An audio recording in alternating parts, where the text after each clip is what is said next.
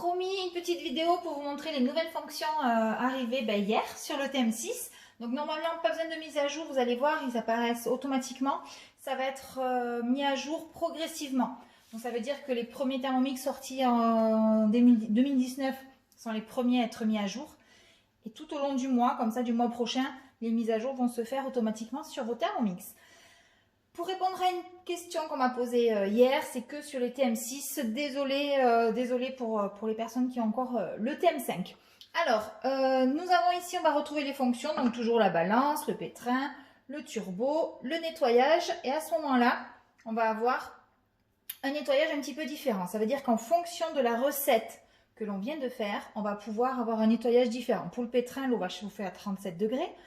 Pour un nettoyage universel à 55 degrés, pour un nettoyage pour les graisses ou le caramel à 75 degrés, pour le rissolage à 105 degrés. Donc comment il faut faire? C'est très simple, il suffit de tourner ici et de choisir pétrin universel. Vous voyez là, je me suis mis en universel.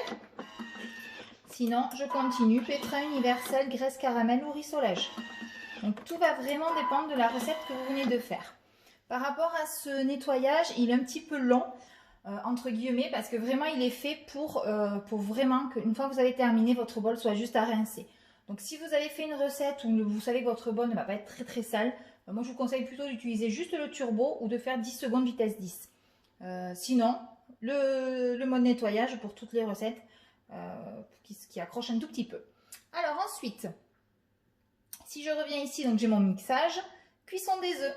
Donc cuisson des œufs, là ça va être pareil en fonction de si vous voulez vos œufs à la coque, mi-mollet, mollet, mi-dur ou dur. C'est très simple, il suffira de mettre les œufs à l'intérieur du bol. On vous l'indique ici sur le petit i, information. Vous mettez 2 à 6 œufs. Vous allez pouvoir mettre jusqu'à 1 litre d'eau, donc directement dans le bol, puisque je vous rappelle, les couteaux seront arrêtés. Et ensuite, vous tournez ici, coque, mi-mollet, mollet, mi-dur ou dur.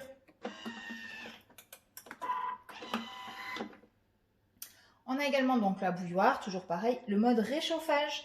Donc pour réchauffer en fonction des aliments que vous allez avoir dans le bol, c'est pareil, on va sur le petit i et on vous explique de réchauffer les aliments pour bébé à 37 degrés, réchauffer le lait à 80-85 degrés, réchauffer à 90 degrés quand le contenu du bol est 1 litre ou supérieur, réchauffer les sauces vitesse 1-2, enfin voilà, tout est vraiment indiqué, toujours pareil, quand on appuie sur le i d'information. Le mode sauce, le mode rice cooker qui existait aussi, le mode fermentation, le mode cuisson lente et le mode sous vide. Donc ça, c'est les nouvelles fonctions qui viennent d'apparaître. On a également les vidéos dans les